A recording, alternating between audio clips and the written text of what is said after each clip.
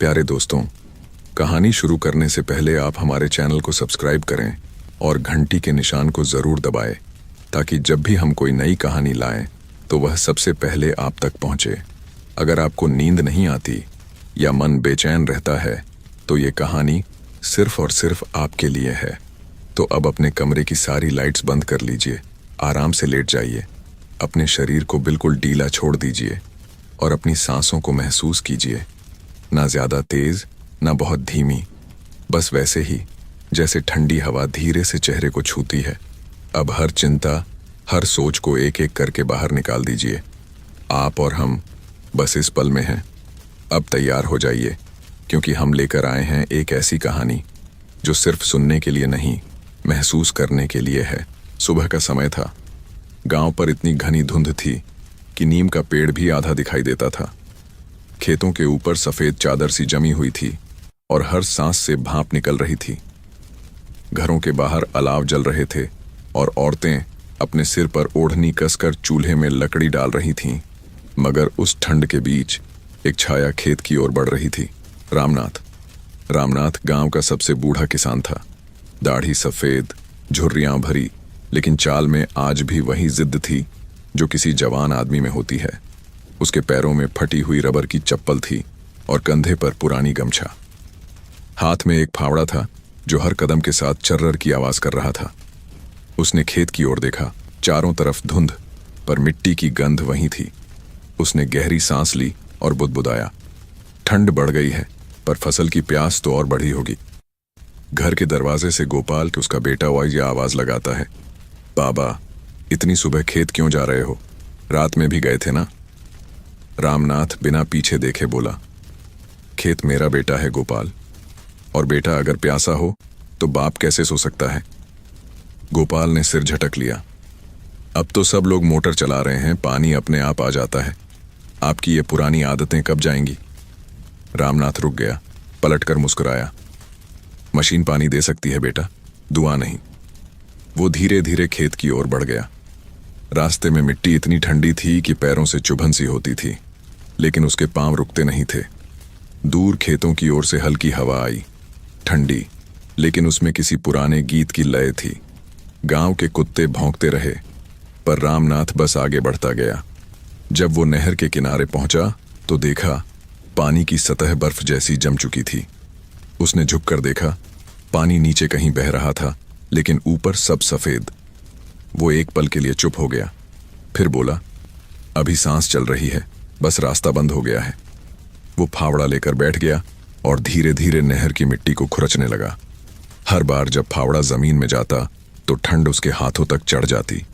उंगलियां सुन्न, पर फावड़ा चलता रहा। कुछ देर बाद उसकी सांस तेज हो गई, माथे पर पसीना आ गया, ठंड के बीच में पसीना।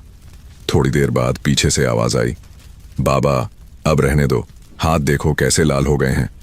वो गोपाल था, हाथ में ऊनी शॉल लिए। उसने फावड़ा खींचने की कोशिश की। चलो घर चलते हैं। रामनाथ ने फावड़ा कसकर पकड़ा। जा बेटा, तू जाकर आग ताप ले, ये ठंड मुझे नहीं डराती। जब तक खेत को पानी नहीं दूंगा आग भी मुझे नहीं गर्म करेगी। गोपाल चुप रह गया। उसे समझ नहीं आता था कि ये बूढ़ा आदमी क्या ढूंढता है इन खेतों में। उसने झुंझलाकर कहा, बाबा, ये सब किसके लिए कर रहे हो? अब तो आप बूढ़े हो चुके हो। रामनाथ ने बिना देखे जवाब दिया, बूढ़े हाथों में जब मिट्टी लगती है ना, तो उम्र नहीं, जीवन लौट आता है। सूरज धीरे धीरे उग रहा था, पर धुंध अब भी भारी थी। रामनाथ के हाथ कांपते थे, फिर भी फावड़ा मिट्टी में गहराता जा रहा था। उसके साथ साथ उसकी सांसें भी मिट्टी के साथ उठती गिरती थीं। उसने दूर अपने खेत की तरफ देखा। वहां सरसों के पौधे झुके हुए थे, जैसे ठंड से कांप रहे हों। वो मुस्कुराया और बोला, डरो मत बच्चों, पानी आ जाएगा, मैं हूं ना।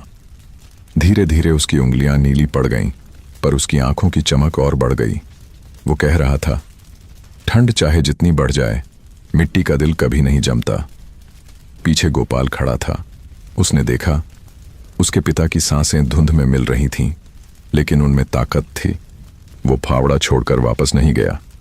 गोपाल ने एक बार फिर कहा, बाबा, ये आखिरी बार है ना? रामनाथ मुस्कुराया, हाँ बेटा, आखिरी बार ही तो है। हर सुबह आखिरी ही लगती है। हवा अब और ठंडी हो गई थी। नहर के किनारे से धुआं सा उठने लगा था। मिट्टी की सांसें, जैसे धरती खुद कांप रही हो। रामनाथ ने मिट्टी को छूकर कहा, ठंड बढ़ गई है, पर तेरी रगों में अभी भी पानी है। उसने फावड़ा दीवार से टिकाया, मिट्टी पर बैठ गया और आंखें बंद कर लीं। उसके होंठ हिल रहे थे, जैसे वो खेतों से बात कर रहा हो। आज तो तू भी कांप रही है मिट्टी मां, चल मिलके गर्मी पैदा करते हैं। सामने से सूरज की हल्की किरण टूटी और सीधे उसके चेहरे पर पड़ी। उसने हाथ बढ़ाकर उसे पकड़ने की कोशिश की, जैसे कोई गर्मी अपनी मुट्ठी में बांध लेना चाहता हो। और फिर उसने धीरे से कहा, जब तक सांस चलेगी ये खेत सूखे नहीं रहेंगे। गोपाल ने अपने पिता को देखा, एक बूढ़ा आदमी जो ठंड में भी जल रहा था अपने खेत के लिए। उसके गाल पर हल्की मुस्कान थी और मिट्टी की गोद में उसकी छाया ऐसे लग रही थी जैसे धरती ने अपने बेटे को पहचान लिया हो। ठंड अब भी थी, लेकिन कहीं न कहीं मिट्टी के अंदर एक हल्की गर्मी जाग चुकी थी। उस बूढ़े किसान की जिद की गर्मी। धूप निकल आई, पर धुंध अभी भी जिद्दी थी। नहर के किनारे खड़े होकर रामनाथ ने लंबी सांस ली। सामने पानी की पतली सतह सफेद परत बनाकर जम चुकी थी। ऊपर से देखो तो लगता था जैसे किसी ने शीशा बिछा दिया हो। भीतर कहीं गहराई में पानी धीमे धीमे सांस ले रहा हो। उसने अपनी उंगलियों से परत को छुआ। ठंड इतनी कि छनकर हड्डियों तक पहुंची। वह मुस्कुराया, ठंड को छूना पड़ता है बेटा, तभी पता चलता है कि जहमत कितनी है। गोपाल अभी भी साथ था। उसने बाबा के कंधों पर ऊनी शॉल ठीक की। इतनी कड़क ठंड में नहर का पानी कैसे खुलेगा? ऊपर से तो पत्थर जैसा जम गया है।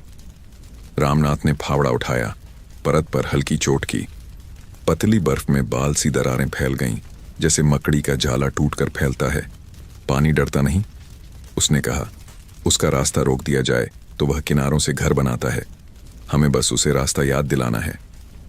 नहर के मोड़ पर कचरा और सूखी पत्तियां अटकी थीं।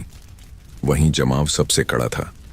रामनाथ घुटनों के बल बैठकर फावड़े की नोक से पत्तियों का पुलिंदा बाहर खींचने लगा। गोपाल ने मदद की। ये सब लेने देने का काम रात को नहर चौकीदारों का होता है बाबा। चौकीदार से पहले किसान। रामनाथ ने बिना सिर उठाए कहा, जो खेत में बीज डालता है वह पानी का पहला पहरेदार होता है। थोड़ी देर में एक टोकरी भर पत्तियां और घास निकल आईं। नीचे गीली सिल्ट थी, ठंडी, चिकनी और जिद्दी। रामनाथ ने मिट्टी के 2 बड़े ढेले उठाए और नहर के किनारे पर अलग अलग जगह जमा दिए। पहले बहाव को मोड़ देते हैं, सीधा दबाव पड़ेगा तो परत ढीली होगी। पास के घर से हरिलाल आ गया, सिर पर मफलर, हाथ में बांस की लंबी लाठी। अरे रामू, बुढ़ापे में सर चकरा जाएगा, छोड़ दे। ठंड में फसल बचाने से बेहतर है बीज बचा ले, अगली बार बो देना। रामनाथ ने उसकी ओर देखा। आंखों में नरमी थी, पर शब्द तीखे। कोई किसान अपनी फसल को यूं कहकर नहीं छोड़ता, अगली बार बो देंगे। बच्चा बुखार में हो तो क्या कहते हो, अगली बार अच्छा बेटा पैदा कर लेंगे। नहीं ना, फसल भी बच्चा है। हरिलाल चुप। उसने लाठी नहर में डाली, परत को भीतर तक खुरचा। ठीक है, मैं भी साथ हूं। अब 3 हाथ काम में थे। गोपाल पतली परत फोड़ता, हरिलाल लाठी से भीतर की जकड़न ढीली करता और रामनाथ किनारे से ढेले लगाकर बहाव को एक सिरे की ओर धकेलता। थकान जल्दी पकड़ में आती, पर ठंड का डर काम की गर्मी से पीछे छूटता जा रहा था। थोड़ी ही देर में परत एक हथेली भर जगह से छटक कर अलग हुई। नीचे की काली चमक दिखी। पानी ने आंख खोली थी। देखा? रामनाथ की आवाज में बाल सरीखा उल्लास था। जब पानी आंख दिखा दे, समझो हिम्मत लौट आई। गोपाल झुका, जोर से धक्का दिया। टूटी परत बहकर आगे जा लगी, पर अगले मोड़ पर फिर अटक गई। जैसा कि अक्सर होता है, एक गांठ खुलो, दूसरी सामने खड़ी। हरिलाल ने सिर हिलाया। ये तो पूरी नहर की जकड़ है, एक जगह तोड़ी, दूसरी जगह जाम। रामनाथ ने मिट्टी पर हथेली घुमाई, जैसे गूंथ रहा हो।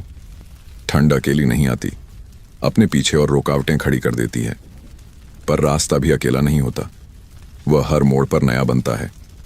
कंधे पर पड़ी गमछा से उसने हाथ पोंछे। घास के पुल बनाओ, उसने कहा। सूखे नरकट और बंधी घास से बहाव को एक तरफ साधेंगे। पानी जब एक धारा में ताकत बनाता है तो खुद परत को काट देता है। गोपाल दौड़कर किनारे पड़ी सूखी घास, नरकट और कुछ पतली टहनियाँ ले आया। तीनों ने मिलकर दो छोटे छोटे बंधे बनाए और उन्हें नहर के बीच तिरछा रखा, ऐसे कि पानी एक ही गली में सिमट जाए। हरिलाल ने पतली रस्सी से उन्हें पक्का किया। थोड़ी देर में हुआ भी वैसा। एक तरफ दबाव बढ़ा, पतली परत थरथराई और तिल तिल टूटने लगी। बहाव की आवाज बहुत धीमी थी, पर दिल को सहला देने वाली। Sir sir. इतने में गांव के दो और लोग आ पहुंचे, शंकर और फकीरा। शंकर बोला, अरे तुम लोग सच में पानी खोल रहे हो? हमें तो लगा आज भी सिर्फ सुलगते अंगारे गिनोगे। फकीरा ने हंसकर कहा, चलो हाथ लगा दें, वरना कल चौपाल में हमारी निंदा होगी कि हम बस बातें बनाते रहे। अब 5 हाथ लगे। ठंडी हवा तेज हुई, पर काम की रफ्तार भी। जहां जहां परत जिद दिखाती, वहां लाठी का सहारा और किनारों पर मिट्टी के ढेले। सूरज ऊपर चढ़ा तो धुंध का घेरा हल्का हुआ। पहली बार साफ दिखी नहर की सांस, है भी और टिकाऊ भी। गोपाल ने दूर खेत की ओर देखा। सरसों में हल्की चमक आई थी। बाबा, अगर ये धारा स्थिर रही तो 2 घंटे में खेत तक पानी पहुंच जाएगा। रामनाथ ने सिर हिलाया। स्थिर नहीं, बढ़ती रहनी चाहिए। ठंड वापस आएगी, हमें उसे मौका नहीं देना है। उसने जेब से छोटा सा कपड़ा निकाला, भीतर गुड़ का टुकड़ा। सबकी ओर बढ़ाया। मुंह मीठा करो, लड़ाई लंबी है। हरिलाल हंसा। गुड़ भी ठंडा होकर पत्थर बना पड़ा था, पर अब मुंह में जैसे आग लग गई। कुछ ही देर में बहाव सच में तेज हुआ। टूटे कचरे और पत्तियां धक्का खाती आगे निकलने लगीं। लोग खुश, पर तभी एक और मुसीबत। आगे के पटरे के पास गाद मोटी निकली। पानी जमा होकर ऊपर ऊपर घूमने लगा। गहरा रास्ता बंद। शंकर ने कहा, यहां तो फावड़ा काम नहीं देगा, गाद चिपक कर हाथ खींच लेगी। रामनाथ ने आंखें सिकोड़कर देखा। गली काटनी होगी। किनारे से मिट्टी हटाओ, एक छोटी बांह बनाओ ताकि पानी खुद अपनी नोक से गाद को कुरे दे। उन्होंने जगह नापी, ढेला तोड़ा, एक पतली सी नली बनाई, हथेली जितनी चौड़ी। पानी ने उस नली को छुआ। पहले संकोच, फिर उत्साह, जैसे किसी बच्चे ने सुराख से उंगली निकाल ली हो। गाद से हरकर डीली हुई और एक झटके में धप्प से बैठ गई। धारा हंसी, अब खुलकर सर सर। गोपाल ने खुशी में ताली बजा दी, फिर खुद ही शर्मा गया। रामनाथ ने उसके सिर पर हाथ रखा। ये ताली मेरे लिए नहीं, पानी के लिए बजा। उसने खुद रास्ता बनाया है, हमने बस याद दिलाया। ठंड अब भी कांट रही थी, उंगलियां दुख रही थीं, पर चेहरों पर गर्मी थी, काम की, उम्मीद की। तभी आसमान फिर से धुंधला हुआ। हवा ने करारी करवट ली। दूर से कोहरे की चादर लौटती दिखी। हरिलाल बोला, शाम से पहले फिर जमाव बढ़ेगा। रामनाथ ने बहते पानी को देखा। आंखों में दृढ़ता लौटी। तभी तो अभी खेत तक धारा पहुंचानी है। अगर पहली लकीर खेत को छू गई तो रात की ठंड भी उसका भरोसा नहीं तोड़ पाएगी। सबने एक साथ सिर हिलाया। रस्सियां कसी, घास के पुल सहेजे, किनारों की ढलान सुधारी। धारा अब स्थिर सी लग रही थी, पर ठंड की वापसी सामने थी, जैसे कोई पुराना दुश्मन पीछे से फिर आता दिख रहा हो। गोपाल ने बाबा से पूछा, अगर रात को फिर जम गया तो?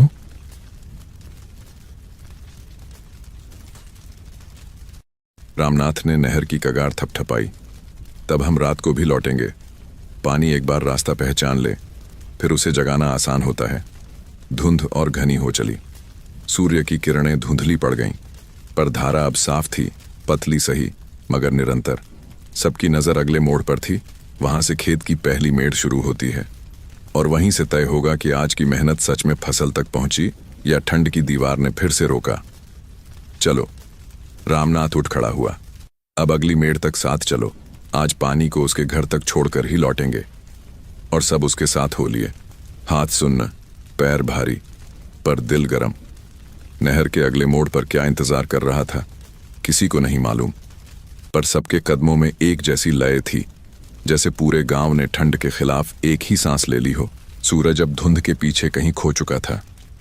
खेतों के ऊपर सफेद धुंध की परत फिर से उतर आई थी, और हवा में इतनी ठंड थी कि सांस लेते ही सीने में चुभन होती थी।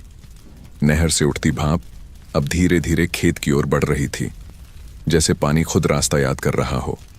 रामनाथ उस भाप को देख रहा था। होंठों पर हल्की मुस्कान थी। उसने कहा, देख बेटा, पानी भी इंसान जैसा है। जब रास्ता दिखाओ तो खुद चल पड़ता है। गोपाल थका हुआ था। उसके हाथ फावड़े से छिल गए थे, उंगलियां सुन्न हो रही थीं। उसने कहा, अब घर चलो बाबा, बाकी कल कर लेंगे। रामनाथ ने हंसकर जवाब दिया, ठंड कल और बढ़ेगी, मिट्टी आज जिंदा है। अगर आज नहर न खुली तो कल तक ये मिट्टी भी सो जाएगी। हरिलाल ने कहा, रामू, तेरी जिद अब उम्र से बड़ी हो गई है, शरीर मान नहीं रहा और तू ठंड से लड़ाई करता है।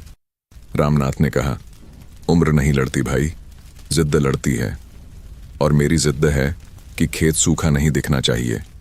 वो तीनों कुछ देर चुप रहे। नहर के पानी ने एक नया मोड़ लिया और हल्की सी धारा खेत के कोने तक पहुंची। मिट्टी ने जैसे चैन की सांस ली। सरसों के कुछ पौधे झुके हुए थे, उनकी पत्तियों पर जमी बर्फ अब पिघलने लगी थी। हल्की सी हरियाली फिर से सांस ले रही थी। रामनाथ ने मिट्टी उठाकर मुंह से लगाई। अब स्वाद बदला है, इसमें जान लौट आई है। गोपाल ने कहा, बाबा, तुम ऐसे क्यों करते हो? सब कहते हैं कि अब यह मेहनत का जमाना नहीं रहा, ट्रैक्टर, मोटर, पाइप सब आसान हो गया है। रामनाथ ने हल्की मुस्कान के साथ जवाब दिया, आसान चीजें दिल को सुकून नहीं देती बेटा। ये जो ठंड में मिट्टी की गंध आती है ना, यही असली गर्माहट है।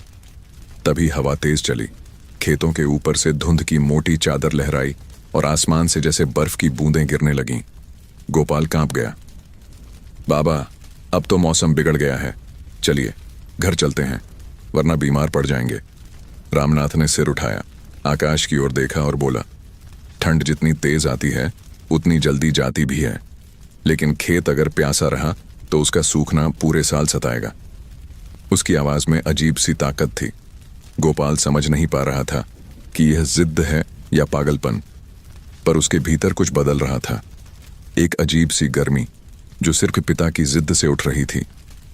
हरिलाल ने कहा, रामू, तू पागल हो गया है। ये उम्र है आराम करने की, खेतों में मरण ढूंढने की नहीं। रामनाथ ने फावड़ा मिट्टी में गाड़ते हुए कहा, अगर मिट्टी में मरना पागलपन है तो मैं जिंदा रहने से इनकार करता हूं। फिर उसने धीरे धीरे मिट्टी खोदनी शुरू की। ठंड की वजह से उसके हाथ कांप रहे थे, लेकिन आंखें चमक रही थीं। नहर का पानी अब धीरे धीरे फैलने लगा था, खेत की मेड़ों को छूने लगा था। उस दृश्य में कुछ जादू था, जैसे ठंड की सफेदी के बीच किसी ने हल्की धूप रख दी हो। गोपाल ने देखा कि उसके पिता के गाल अब लाल पड़ चुके हैं, लेकिन उनके होंठों पर वही मुस्कान है। वो कह रहा था, देखो, खेत सांस ले रहा है, सुनो बेटा, ये आवाज, ये सर्र सर्र, यही तो जिंदगी है। गोपाल ने अपने हाथों से मिट्टी को छुआ। सचमुच मिट्टी में हल्की गर्मी थी।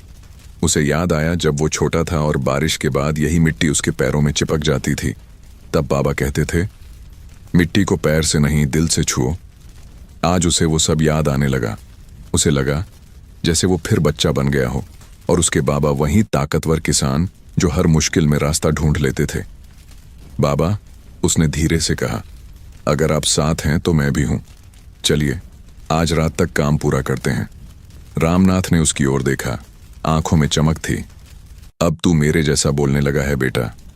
खेत का आदमी वही होता है जो ठंड से नहीं, वक्त से डरता है। तीनों ने फिर काम शुरू किया।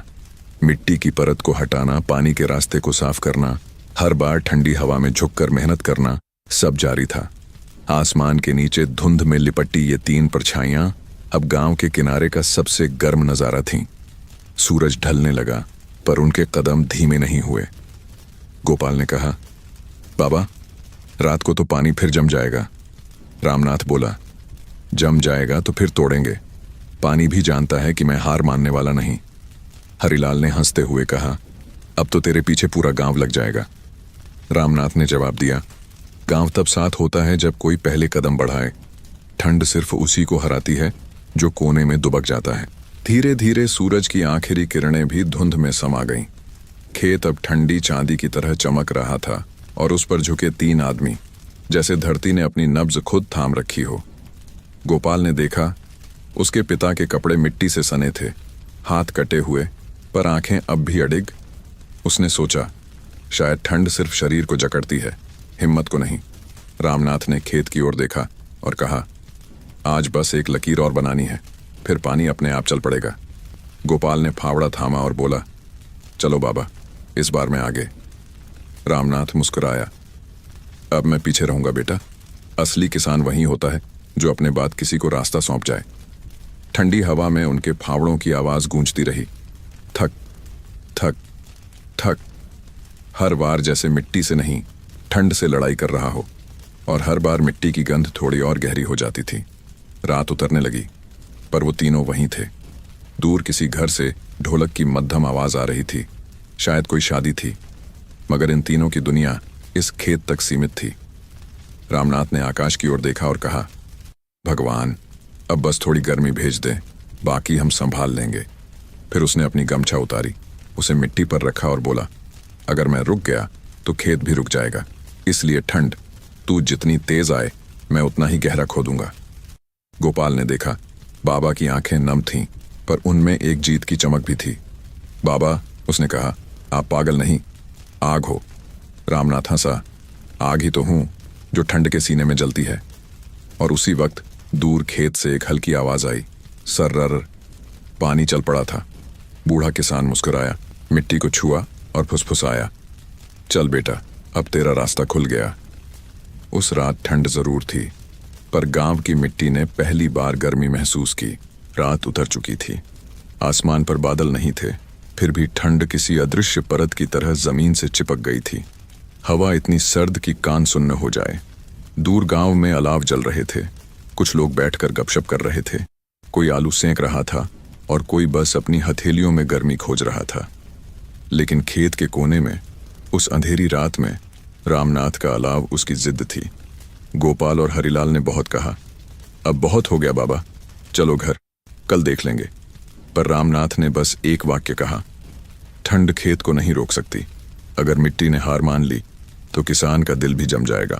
वो फावड़ा उठाकर नहर की ओर चला गया। रास्ता ऊबड़ खाबड़ था, धुंध इतनी कि 5 कदम आगे कुछ न दिखे। हर सांस के साथ भाप निकल रही थी, जैसे हवा में आग और बर्फ एक साथ घुल गई हो। उसके कदम मिट्टी पर पड़ते तो चर्रर की आवाज आती, वही आवाज जो खेत के साथ उसके बचपन से जुड़ी थी। नहर के पास पहुंचते ही वो झुककर बैठ गया। पानी की सतह फिर जमने लगी थी, पतली परत की तरह। उसने अपनी उंगलियां डुबोने की कोशिश की। उंगलियां नीली पड़ गईं, पर चेहरे पर मुस्कान थी। देखा बेटा, उसने खुद से कहा, पानी अब भी जिंदा है, बस ऊपर से डरा हुआ। उसने फावड़ा उठाया, पहली चोट लगाई। बर्फ की परत टूटी नहीं, बस झंकार सी हुई, जैसे किसी ने शीशे पर थपकी दी हो। दूसरी बार जोर से मारा। अब एक बाल जैसी दरार फैली, मगर पानी फिर भी नीचे छिपा रहा। तीसरी बार उसने अपनी पूरी ताकत से वार किया। थक, आवाज गूंजी और परत का टुकड़ा टूटकर दूर गिरा। नीचे से भाप निकली और एक पतली सी धारा हिली। बस यही तो चाहिए था, वो बुदबुदाया। एक सांस। उसी वक्त हवा और तेज चली। धुंध जैसे उसकी मेहनत का मजाक उड़ाने लगी। उंगलियां अब चल नहीं रही थीं। फावड़े की पकड़ ढीली होने लगी, लेकिन रामनाथ का शरीर अब आदत से काम कर रहा था। हर चोट के बाद वो खुद को कहता, थोड़ा और। थोड़ी देर में गोपाल फिर आया, हाथ में लालटेन लिए। बाबा, अब बस भी करो, ये शरीर लोहे का नहीं है। हाथ देखो, खून रिस रहा है। रामनाथ ने लालटेन की लौ को देखा, फिर अपनी हथेलियों को। सच में हथेलियों पर नीले धब्बे थे, कुछ जगहों से खून जम गया था। लेकिन उसने मुस्कुराकर कहा, खून अगर मिट्टी में गिरे तो वो पानी से ज्यादा काम करता है। गोपाल झुंझलाया, आप समझते क्यों नहीं? ठंड ने खेतों को नहीं, आपको जकड़ लिया है। रामनाथ ने धीरे से कहा, ठंड मुझे नहीं रोक सकती, क्योंकि मैं खुद ठंड से बड़ा कारण हूं। वो बोला और फावड़ा फिर चलाया। हर वार के साथ उसकी सांस भारी होती गई, लेकिन हर चोट में कुछ ऐसा था जैसे वो सिर्फ मिट्टी नहीं तोड़ रहा, वक्त से लड़ रहा हो। नहर के किनारे पर उसने मिट्टी की एक मुट्ठी उठाई और माथे से लगाई। माँ, अब तू मेरी मदद कर, तेरी प्यास मैं पूरी करूंगा। अचानक फावड़ा एक बार फिर गहराई में गया और इस बार आवाज आई, छपाक। नीचे से ठंडा पानी उछला और उसके पैरों पर गिरा। वो हंसा, जोर से हंसा। देखा, मैंने कहा था, ठंड डराने आई थी, रोकने नहीं। पानी धीरे धीरे नहर की ओर बहने लगा। भाप उठी, जैसे धरती ने पहली सांस ली हो। गोपाल कुछ देर चुप रहा, फिर आगे बढ़ा। बाबा, अब घर चलो, काम तो पूरा हो गया। रामनाथ ने सिर हिलाया। पूरा?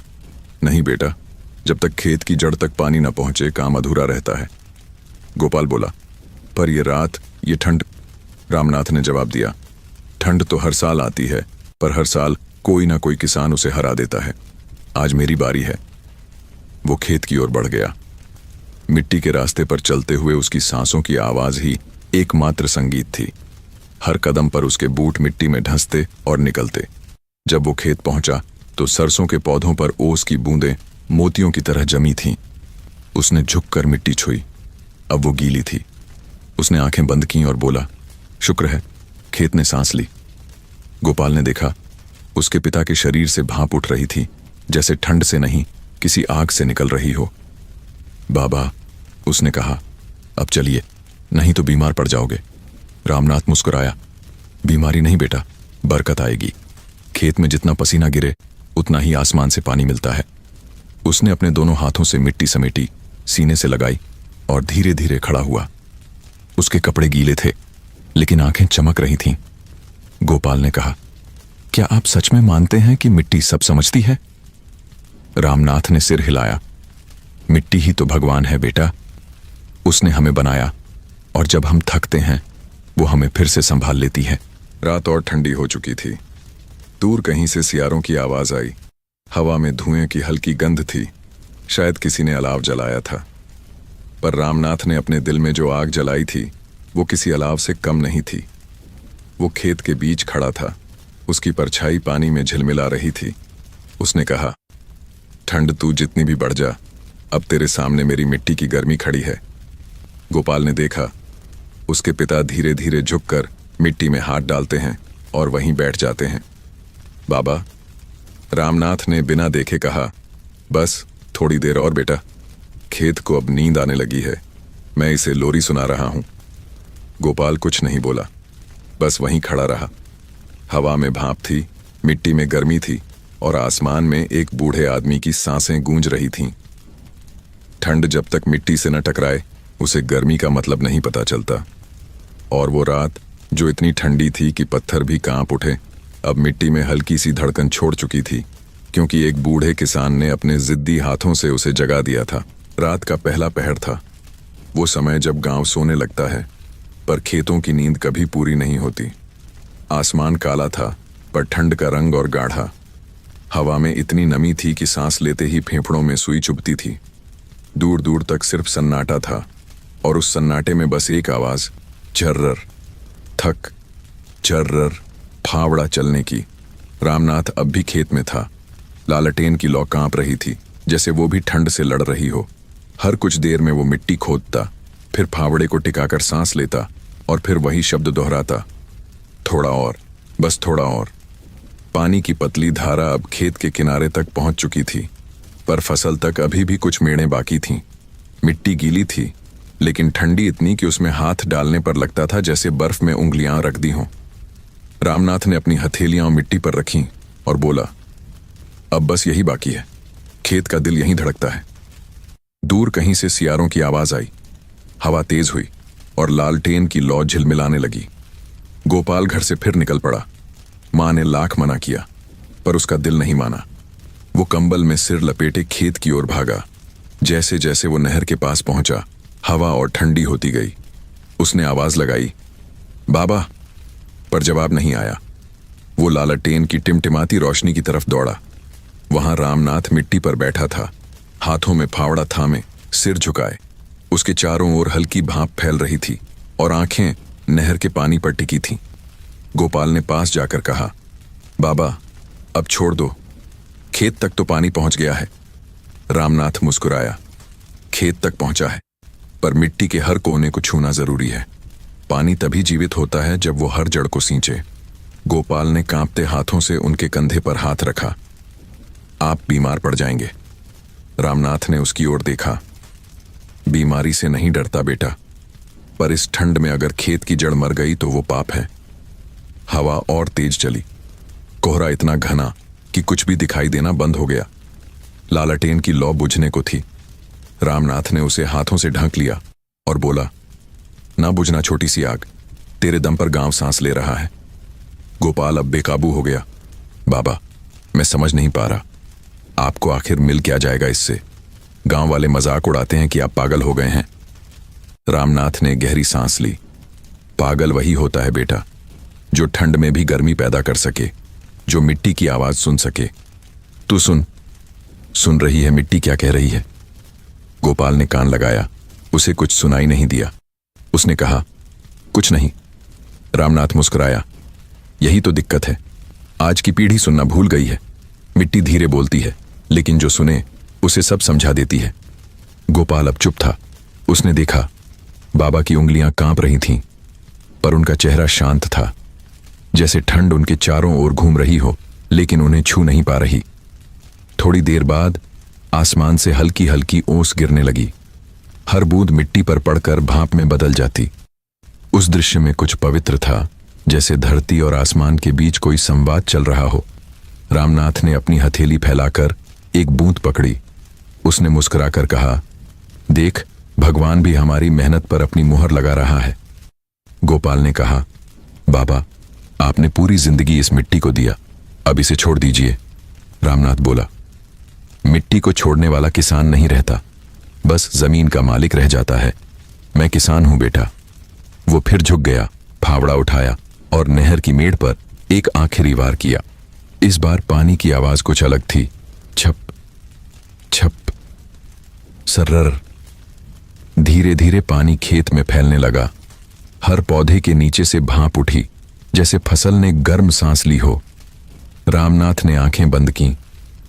अब सुकून मिला। गोपाल के चेहरे पर हल्की मुस्कान आई। उसने बाबा की पीठ थपथपाई। अब तो चलिए, घर पर मां इंतजार कर रही होगी। रामनाथ खड़ा हुआ, फिर जमीन की ओर देखा। जा बेटा, तू चल, मैं आता हूं। खेत को थोड़ा और देख लूं। जब पानी ऐसे बहता है तो लगता है जैसे बच्चे चलना सीख रहे हों। गोपाल चला गया, लेकिन हर कदम पर पीछे मुड़कर देखता रहा। बाबा अब भी मिट्टी पर झुके थे। ठंडी हवा में उनकी सांसें धुएं की तरह ऊपर उठ रही थीं। धीरे धीरे लालटेन की लौ कम होती गई। हवा ने फिर उसे झकझोरा, पर इस बार लौ नहीं बुझी। शायद ठंड ने भी मान लिया था कि वो हार चुकी है। रामनाथ अब मिट्टी पर हाथ रखकर बोला, ले मां, अब तेरा बच्चा तृप्त है, अब मैं भी चैन से सो सकता हूं। उसने आसमान की ओर देखा। तारे धुंध के पार चमक रहे थे। उसे अपने पिता की याद आई, जो बरसों पहले इसी नहर को खोदते हुए कहते थे, पानी खेत में पहुंचना मतलब जीवन लौट आना। आज वो वही वाक्य दोहरा रहा था, बस समय बदल गया था, भावना नहीं। रात अब और गहरी हो गई थी। गोपाल घर पहुंच चुका था, पर उसकी आंखें बार बार खेत की ओर उठतीं। बाबा लौटेंगे ना? उसने मां से पूछा। मीरा ने कहा, वो लौटेंगे बेटा, लेकिन तब जब मिट्टी को चैन मिलेगा। खेत उनका मंदिर है और आज वो पूजा पूरी कर रहे हैं। वहीं खेत में बूढ़ा किसान मिट्टी के बीच बैठा था। उसकी उंगलियां अब थम चुकी थीं, पर उसके चेहरे पर मुस्कान थी। वो धीरे से बुदबुदाया, ठंड मुझे नहीं हराएगी, क्योंकि मैंने अपने खेत को जगाया है। रात की नमी बढ़ी, लेकिन मिट्टी में अब भी गर्मी थी। वो गर्मी जो आग से नहीं, मेहनत से पैदा होती है। और उसी ठंडी रात में हवा ने गांव से कहा, जब कोई अपनी मिट्टी के लिए जलता है, तब ठंड भी सिर झुकाकर गुजर जाती है। सुबह हुई तो गांव पर धुंध की सफेद चादर अब भी फैली हुई थी। नीम के पेड़ के नीचे से ओस टपक रही थी और मिट्टी की गंध में ठंड की नमी घुली हुई थी। लेकिन रामनाथ के घर के आंगन में एक अजीब सी खामोशी थी। चूल्हा नहीं जला, ना ही सुबह की रोटियों की महक आई। गोपाल बाहर बैठा था, सिर झुकाए, चेहरे पर झुंझलाहट और बेचैनी दोनों। रात भर वो सो नहीं पाया था। बार बार उसके मन में वही सवाल गूंजता, बाबा लौटे क्यों नहीं? मीरा ने धीमे से पूछा, कहीं खेत में ही तो नहीं रुक गए? गोपाल ने गुस्से में कहा, हाँ वहीं होंगे। उन्हें ठंड, बुखार, थकान, किसी चीज की परवाह नहीं, बस अपनी मिट्टी से बात करनी है। वो उठा और फटी हुई शॉल कंधे पर डाली। अब चाहे कुछ भी हो जाए, आज उन्हें घर खींच कर लाना पड़ेगा। मीरा ने पीछे से पुकारा, गुस्से में कुछ मत कहना, वो बूढ़े हैं, पर दिल बच्चे जैसा है। गोपाल बोला, बस यही तो दिक्कत है मां, उम्र पूरी हो गई पर समझ बच्ची रह गई। वो खेत की ओर बढ़ गया। रास्ते में ठंडी हवा सीने में चुभती थी, लेकिन उसके कदम तेज थे। दूर खेतों के ऊपर से धुंध हटने लगी थी। और मिट्टी के बीच से भाप उठ रही थी, जैसे किसी ने रात भर चूल्हा जलाए रखा हो। वो नहर के पास पहुंचा और जो देखा उससे उसका दिल भर आया। रामनाथ मिट्टी पर लेटे थे, सरसों के पौधों के बीच सिर के नीचे गमछा रखा था और आंखें बंद थीं। चेहरे पर मुस्कान थी, लेकिन शरीर पर ठंड का असर साफ दिखता था। गोपाल दौड़कर पहुंचा। बाबा, उसने उन्हें झकझोरा। बाबा उठो, घर चलो। रामनाथ ने धीरे से आंखें खोलीं। आ गया तू? उन्होंने मुस्कुराकर कहा। देख, पानी पूरे खेत में फैल गया। गोपाल की आंखों में आंसू आ गए। आपको अपनी जान की परवाह नहीं है क्या? रात इतनी ठंडी थी, कोई और होता तो। रामनाथ ने बीच में टोका। तो क्या, ठंड से मर जाता? बेटा, जो खेत के लिए जीता है वो मिट्टी में मरने से नहीं डरता। गोपाल का गुस्सा अब और बढ़ गया। हर बार यही बात, खेत, मिट्टी, नहर, सब कुछ खेत के लिए। लेकिन कभी ये सोचा कि मां रात भर रोती रही? मैं पूरा गांव छान आया, सब कह रहे थे। रामनाथ अब समझ से परे हो गए हैं। रामनाथ ने सिर झुकाया, मिट्टी पर उंगलियां चलाईं। लोग क्या कहेंगे? ये सोचते तो शायद ये खेत आज भी सूखा होता। गोपाल ने ताना मारा। हाँ, और आप मिट्टी में ही दफन हो जाते। क्या इसी दिन के लिए मुझे पढ़ाया था आपने? रामनाथ ने उसकी ओर देखा। वो नजर जैसे एक साथ गुस्सा, दर्द और ममता से भरी थी। मैंने तुझे इसलिए नहीं पढ़ाया था कि तू मिट्टी से नाता तोड़ ले। पढ़ाई से आंखें खुलती हैं बेटा, जमीन नहीं छूटती। गोपाल अब फूट पड़ा। आपको समझाना बेकार है। दुनिया बदल गई है बाबा। अब खेतों में मिट्टी से नहीं, मशीनों से काम होता है। अब कोई ठंड में नहीं जलता। रामनाथ ने शांत स्वर में कहा। हाँ, दुनिया बदल गई है, पर क्या जमीन की प्यास भी बदल गई? उसका स्वर धीमा था, पर असर गहरा। गोपाल चुप हो गया। कुछ पल बाद उसने कहा, आपकी ये जिद ही एक दिन। रामनाथ हंस पड़े। जिद नहीं है बेटा, ये इबादत है। जब भगवान की मूर्ति पर जल चढ़ाते हैं तो कोई नहीं कहता कि ठंड है, तो फिर खेत पर क्यों नहीं? गोपाल पीछे हट गया। उसके हाथ कांप रहे थे। उसने गुस्से में फावड़ा उठाया और मिट्टी पर दे मारा। बस बाबा, अब और नहीं। रामनाथ ने शांति से कहा। गुस्से से मिट्टी नहीं डरती बेटा, बस दुखी होती है। इतना सुनते ही गोपाल का गला भर आया। आपको डर नहीं लगता? इस उम्र में ठंड, दर्द, बीमारी, कुछ भी हो सकता है। रामनाथ ने गहरी सांस ली। डर तब लगता था जब मिट्टी मेरी नहीं थी, अब तो मैं इसका हिस्सा हूं। फिर वो धीरे से उठे, अपनी धोती झाड़ी और खेत के बीच चले गए। आ देख, हर पौधा अब सीधा खड़ा है। रात भर ठंड से कांप रहा था, लेकिन मैंने पानी से उसे जगा दिया। ये देख, मिट्टी में फिर जान आ गई। गोपाल ने देखा, सच में जहां रात को बर्फ जमी थी, अब वहां भाप उठ रही थी। मिट्टी की महक इतनी गहरी थी कि सांसों में उतर जाए। उसका गुस्सा अब पिघल रहा था। उसने धीरे से कहा, बाबा, मैं बस डर गया था। रामनाथ मुस्कुराए। डरना सही है बेटा, पर डर से भागना नहीं चाहिए, ठंड से भी नहीं।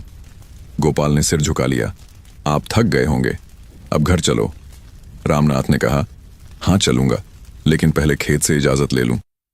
वो मिट्टी पर झुके, हाथों से उसे छुआ और कहा, आज का काम पूरा हुआ मां, अब कल की बारी तेरी है। फिर उन्होंने गोपाल का हाथ थामा और बोले, चल बेटा, आज तू भी सीखा।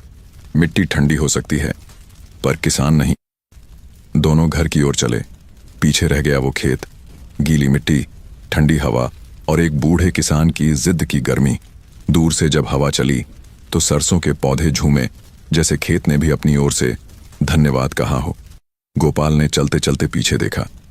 उसके चेहरे पर आंसू थे, लेकिन मन में गर्व था। बाबा, शायद अब मैं समझ गया कि ठंड से बड़ी कोई जिद नहीं होती। रामनाथ मुस्कुराए। बस यही तो मैं सिखाना चाहता था बेटा, ठंड से डरना नहीं, उसे मात देना। और वो दोनों ओस भरी राह पर धीरे धीरे घर की ओर बढ़ गए। पीछे रह गई वो मिट्टी, जिसमें उस रात की मेहनत की गर्मी अब भी धड़क रही थी। रात फिर से उतर आई थी। इस बार आसमान साफ था, पर ठंड पहले से ज्यादा गहरी। हवा में एक ऐसी नमी थी जो हड्डियों के आर पार चली जाए। गांव के हर घर के आगे अलाव जल रहा था। कोई मूंगफली सेंक रहा था, कोई गुड़ खा रहा था, कोई बस हाथ फैलाकर अंगारों की तरफ देखता और कहता, वाह, अब जान में जान आई। रामनाथ भी अपने घर के आंगन में बैठा था। उसके सामने पुराना अलाव जल रहा था, जिसके चारों ओर ईंटों का छोटा सा घेरा था।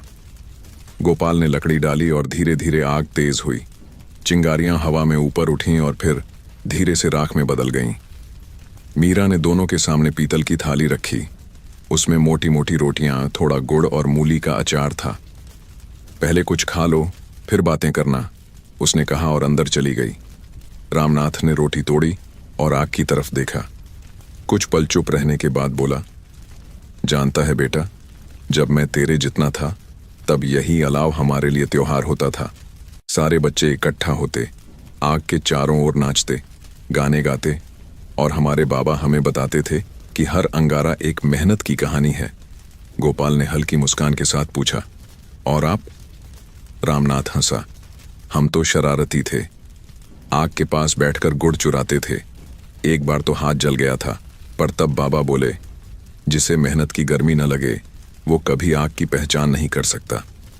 उस दिन के बाद मैंने ठंड से कभी डरना नहीं सीखा। कुछ देर दोनों चुप रहे। आग की चटकती आवाज ही माहौल में गूंज रही थी।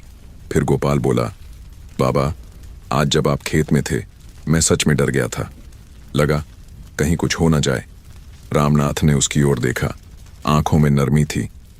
डर सही था बेटा, पर डर से रुकना गलत।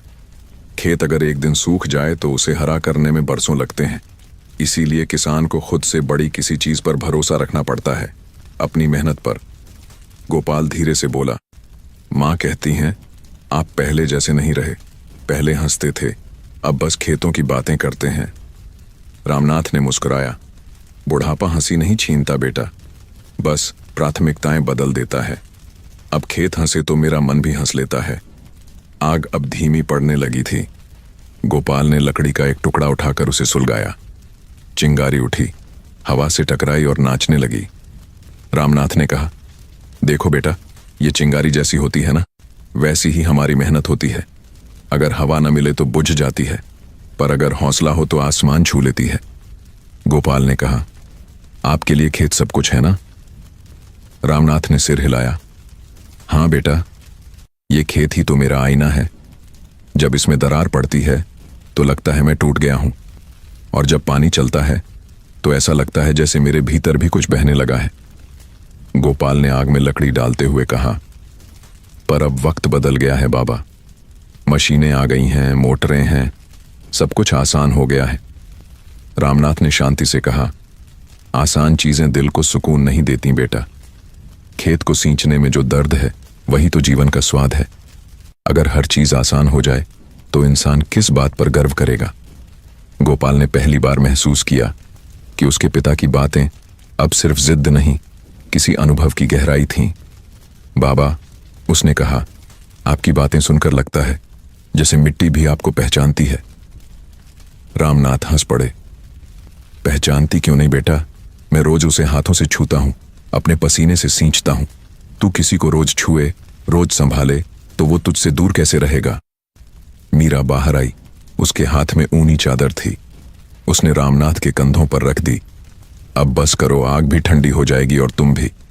रामनाथ ने हंसते हुए कहा, अरे नहीं, अब ठंड मुझसे डरती है।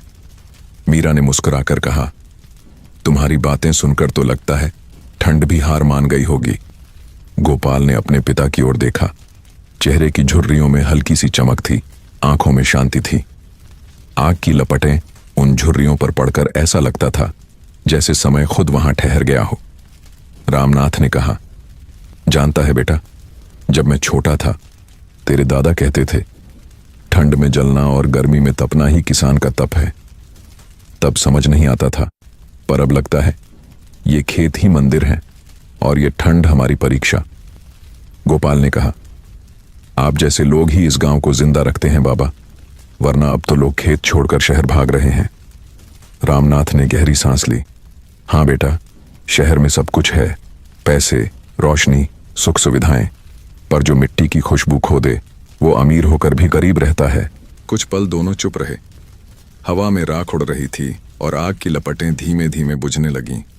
गोपाल ने कहा, बाबा अब सो जाइए, कल फिर सुबह जल्दी खेत जाना होगा ना? रामनाथ ने मुस्कुराकर कहा, हाँ बेटा, कल ठंड और बढ़ेगी, मिट्टी से फिर मुलाकात करनी है। गोपाल ने धीमे स्वर में कहा, अब मैं भी चलूंगा साथ।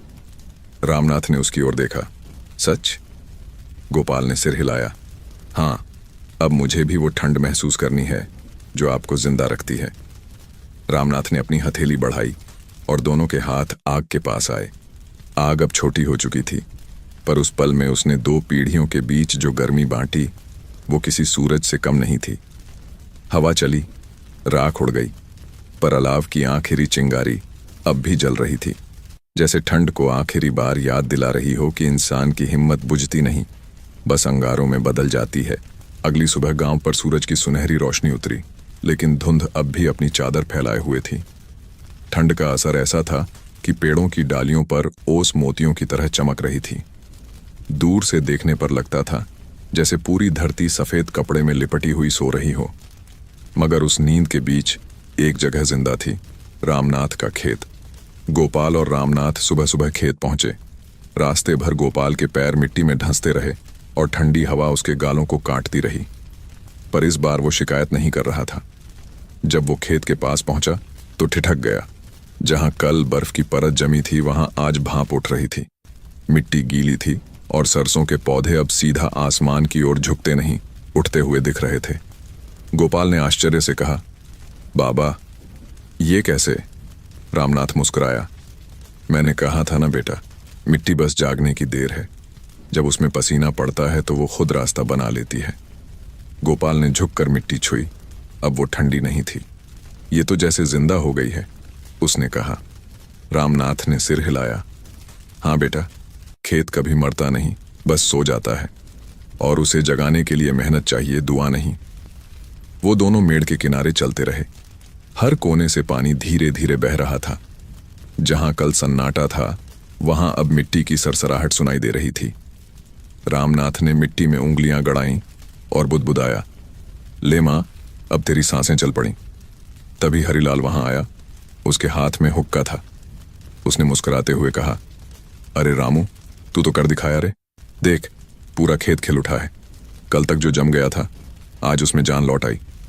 रामनाथ ने हल्की हंसी के साथ कहा, ठंड अगर इम्तिहान ले तो मेहनत ही जवाब देती है। हरिलाल ने गोपाल की ओर देखा। अब समझ में आया बेटा, क्यों इस बूढ़े को ठंड नहीं जकड़ती। ये आदमी नहीं, आग है आग। गोपाल ने हंसते हुए कहा, हाँ चाचा, अब तो मैं खुद भी इसका हिस्सा बन गया हूं। तीनों खेत के बीच चले गए। सूरज की रोशनी अब तेज हो चुकी थी और हर पौधा जैसे उस रोशनी में नहा रहा था। ओस की बूंदें पत्तों से फिसलती और मिट्टी में समा जाती।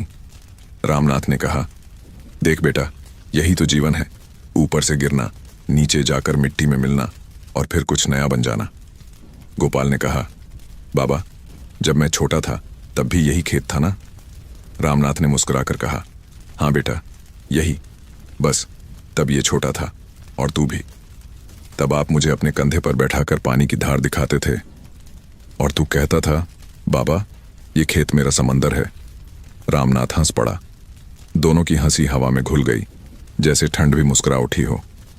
हरिलाल ने हुक्के का कश लिया और बोला, अब तो गांव वाले भी तेरा नाम लेंगे रामू, कहेंगे जिसने ठंड को झुकाया। रामनाथ ने कहा, नाम से क्या होगा भाई, अगर खेत खुश है तो वही सबसे बड़ी पहचान है। तभी गांव का छोटा लड़का मोहन भागता हुआ आया। काका, काका, देखो, स्कूल के मास्टर जी ने कहा है कि तुम्हारा खेत अब गांव का नमूना खेत कहलाएगा। गोपाल ने चौंक कर कहा, सच? मोहन बोला, हाँ, उन्होंने कहा, बाकी किसान भी सीखेंगे कि ठंड में खेत को कैसे जिंदा रखा जाता है। रामनाथ के चेहरे पर एक शांत मुस्कान फैल गई। अच्छा है बेटा, अगर मेरी मिट्टी ने किसी और की मदद की तो समझो मेरी मेहनत सफल हुई। गोपाल ने बाबा की ओर देखा। आंखों में गर्व था। आपने तो पूरे गांव को सिखा दिया कि ठंड से डरने की नहीं, उससे जीतने की जरूरत है। रामनाथ ने कहा, जीत ठंड से नहीं बेटा, अपने डर से होती है। जब दिल से डर निकल जाता है तो मौसम कुछ नहीं बिगाड़ सकता। तभी हवा चली और खेत के ऊपर से सरसों की खुशबू आई। वो खुशबू इतनी गहरी थी कि जैसे धरती खुद कह रही हो, धन्यवाद। गोपाल ने गहरी सांस ली।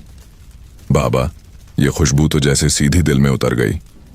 रामनाथ ने कहा, क्योंकि इसमें मिट्टी का आशीर्वाद है। जब धरती खुश होती है तो वो महक बनकर इंसान के दिल में उतरती है। हरिलाल ने हंसते हुए कहा, रामू, अब तो लग रहा है कि ये खेत तेरी पूजा का मंदिर बन गया। रामनाथ ने कहा, मंदिर वहीं बनता है भाई जहां इंसान अपना सब कुछ सच्चे मन से दे दे। कुछ देर तीनों वहीं बैठे रहे। हवा ठंडी थी लेकिन अब काटती नहीं थी।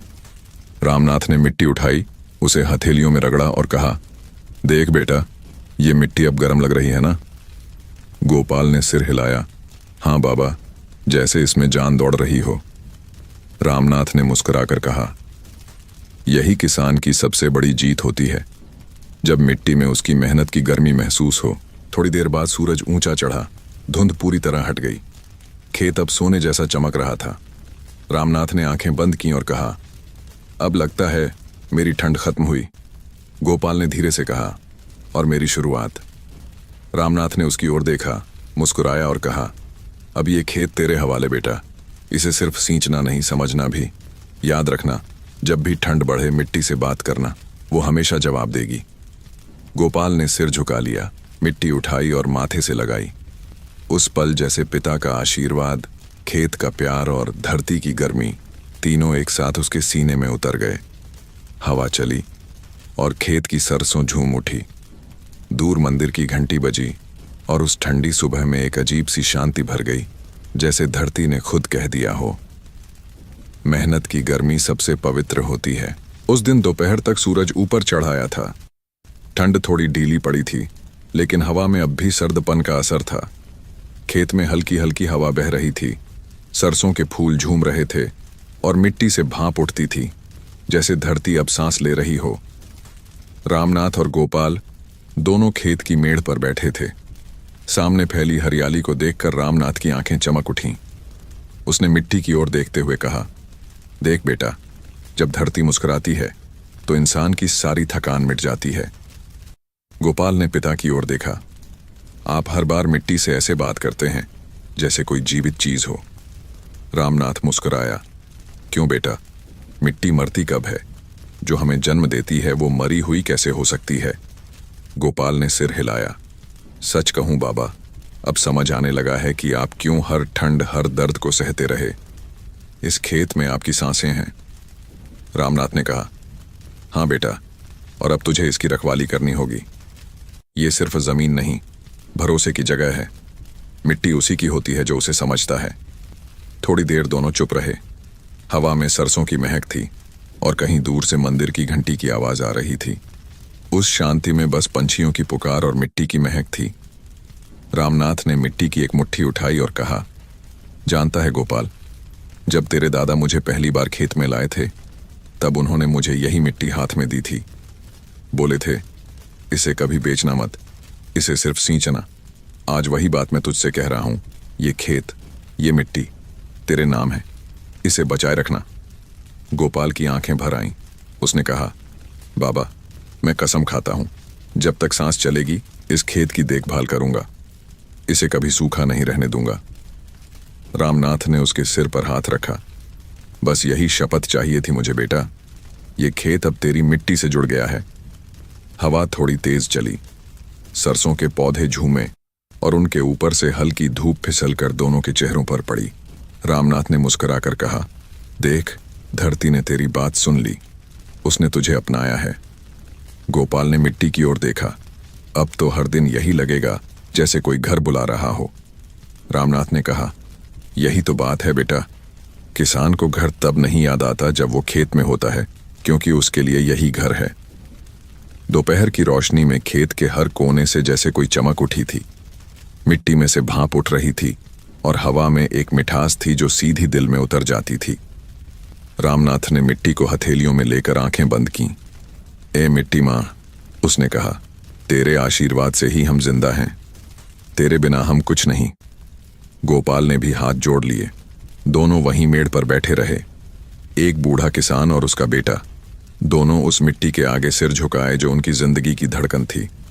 थोड़ी देर बाद रामनाथ ने कहा, याद रखना बेटा, जब भी मुश्किल आए, जब ठंड बढ़े, जब मन थक जाए, खेत में आकर मिट्टी से बात करना, वो तुझे हर बार नया हौसला देगी। गोपाल ने कहा, क्या सच में मिट्टी सुनती है? रामनाथ ने मुस्कुराकर कहा, हाँ बेटा, वो बोलती भी है, बस सुनने वाला चाहिए। जब तू खेत में अकेला होगा और हवा चलेगी तो वो हवा ही उसका जवाब होगी। कुछ पल दोनों चुप रहे। तभी पास के पेड़ से दो पत्ते गिरे, धीरे धीरे लहराते हुए, जैसे किसी ने ऊपर से आशीर्वाद भेजा हो। रामनाथ ने कहा, देखा, ये भी मिट्टी का तरीका है कहना कि उसने हमारी बात मान ली। गोपाल की आंखें नम हो गईं। बाबा, अब मुझे ठंड से डर नहीं लगता। रामनाथ ने मुस्कुराते हुए कहा, क्यों लगेगा? जब दिल में मिट्टी की गर्मी हो तो ठंड क्या बिगाड़ लेगी? दूर से हरिलाल पुकारा, रामू, तेरे खेत में तो अब जैसे कोई नया मौसम उतर आया हो। रामनाथ ने कहा, हाँ भाई, जब मेहनत का मौसम आता है तो सर्दी भी हार मान लेती है। गोपाल ने कहा, बाबा, आज अगर दादा जिंदा होते तो कितना गर्व करते आप पर। रामनाथ ने आसमान की ओर देखा। वो देख, बादलों के पीछे से जो रोशनी आ रही है वही उनका आशीर्वाद है। थोड़ी देर बाद रामनाथ खड़ा हुआ।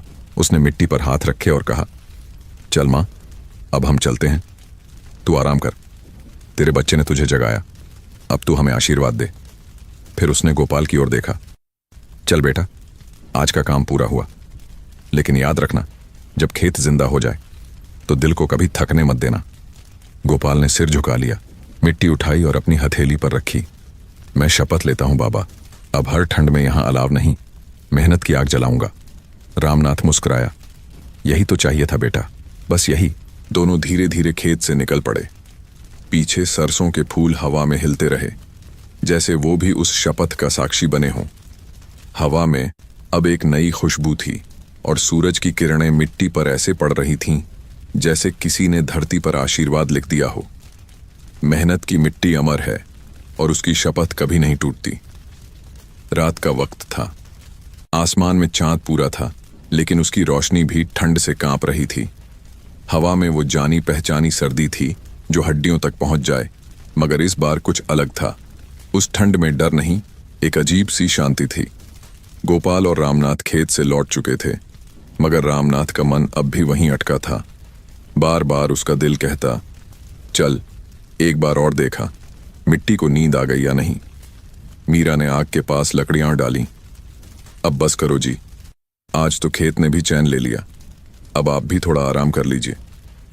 रामनाथ ने मुस्कुराकर कहा, आराम तो किसान को तब आता है जब खेत हरे दिखें, और आज वो सपना पूरा हुआ है। गोपाल पास बैठा था। वो अब अपने पिता के चेहरे को गौर से देख रहा था।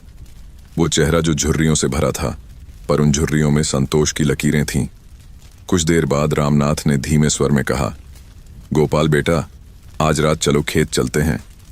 गोपाल चौंक गया। अरे बाबा, ये वक्त है जाने का, इतनी ठंड में? रामनाथ ने कहा, हाँ बेटा, आज आखिरी रात है ठंड की, और खेत को ये बात सुनानी है कि हमने उसे जगा दिया। गोपाल पहले तो मना करता रहा, मगर फिर उसने सोचा शायद बाबा को कोई बात पूरी करनी है। उसने कंबल लिया और दोनों खेत की ओर चल पड़े। रास्ता सुनसान था, हवा की सीटी जैसी आवाजें सुनाई दे रही थीं। दूर कहीं से कुत्ते भौंके, कहीं पत्ते खड़खड़ाए, मगर दोनों चलते रहे। जब वो खेत पहुंचे तो सब कुछ अलग लग रहा था, जैसे वही जगह अब किसी नए जीवन से भर गई हो। मिट्टी से भाप उठ रही थी, जैसे धरती खुद गर्म सांस ले रही हो। रामनाथ ने मिट्टी पर हाथ रखा।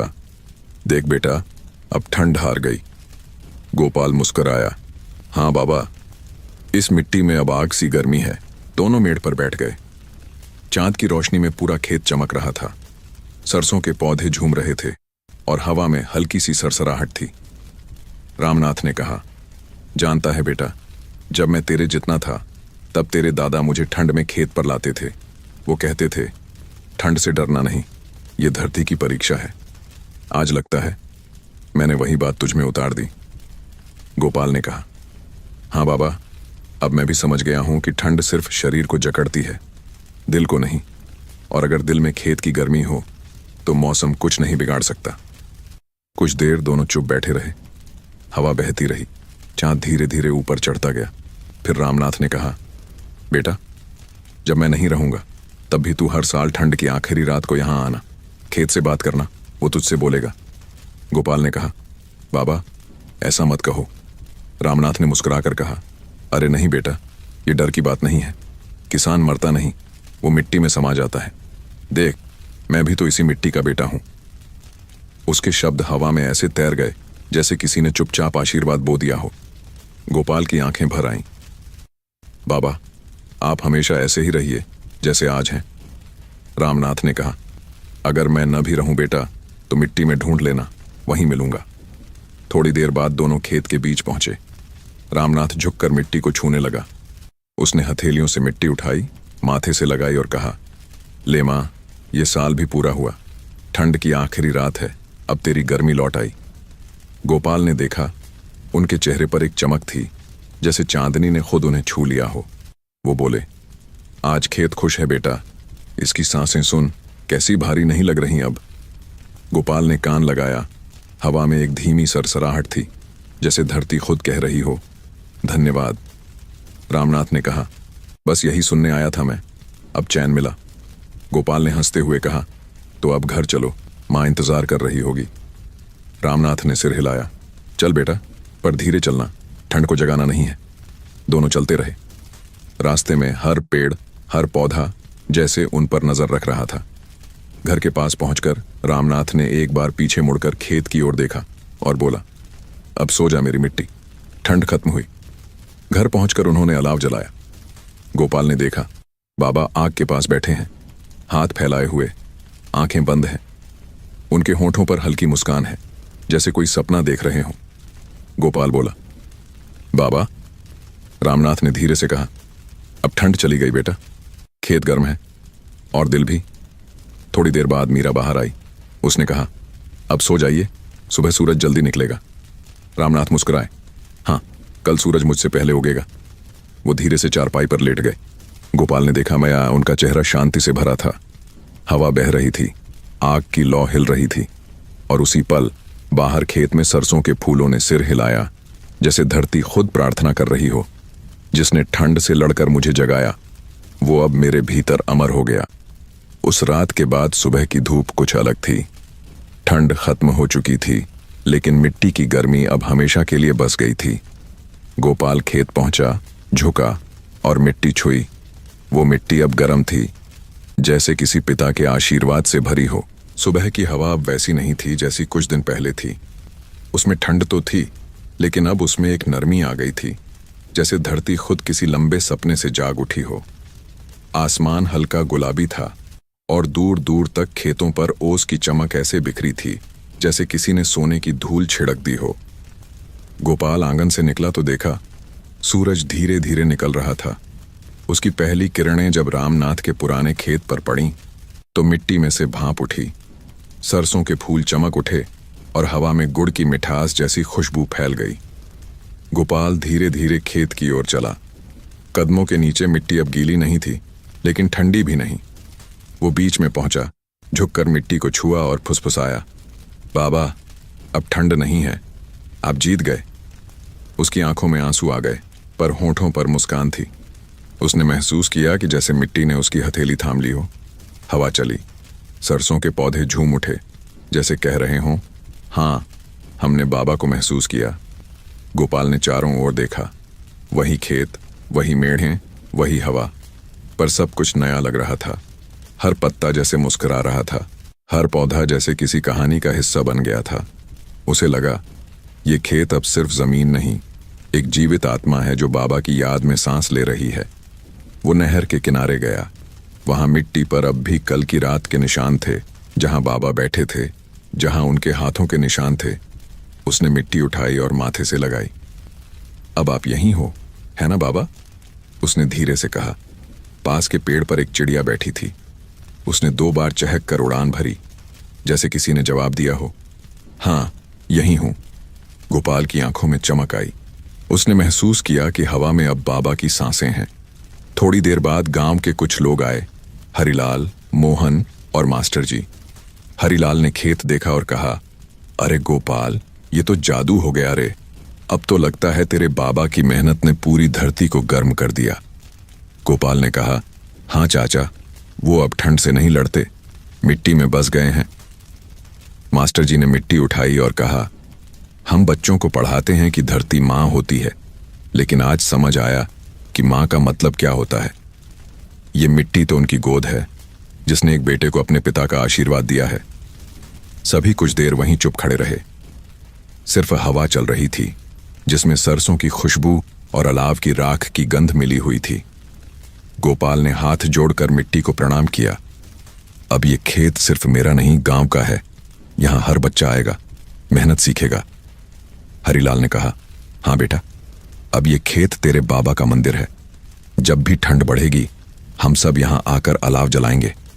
गोपाल मुस्कुराया, हाँ चाचा, क्योंकि बाबा ने कहा था ठंड को भगाने की सबसे बड़ी आग मेहनत है। धीरे धीरे सूरज ऊपर चढ़ने लगा। ओस की बूंदें मिट्टी में समा गईं। गोपाल ने देखा नहर से पानी धीरे धीरे खेत में आ रहा है, जैसे किसी ने उसे बिना कहे फिर चालू कर दिया हो। ये देखो, मोहन चिल्लाया, पानी अपने आप चल पड़ा। गोपाल हंस पड़ा, हाँ, क्योंकि बाबा ने वादा किया था जब भी खेत प्यासा होगा वो खुद पानी भेजेंगे। गांव के लोग पास आ गए। सबने खेत को देखा, मिट्टी उठाई, माथे से लगाई। मीरा भी आई। आंखों में आंसू थे पर चेहरे पर गर्व था। उसने मिट्टी को छुआ और कहा, अब लगता है वो गए नहीं, बस धरती में उतर गए हैं।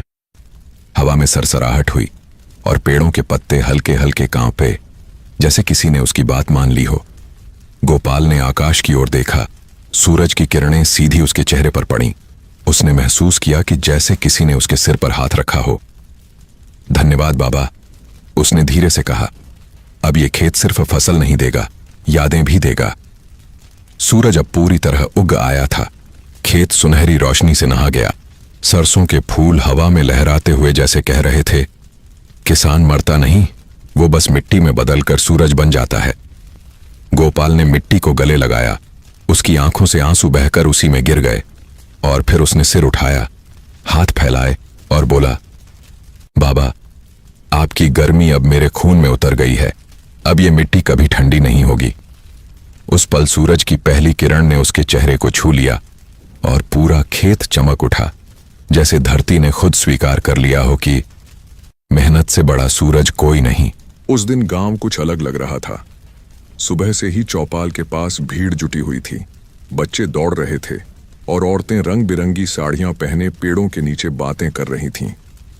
हवा में कुछ जश्न जैसा माहौल था, मगर हर चेहरे पर एक नाम था, रामनाथ काका। मास्टर जी की आवाज चौपाल पर गूंजी।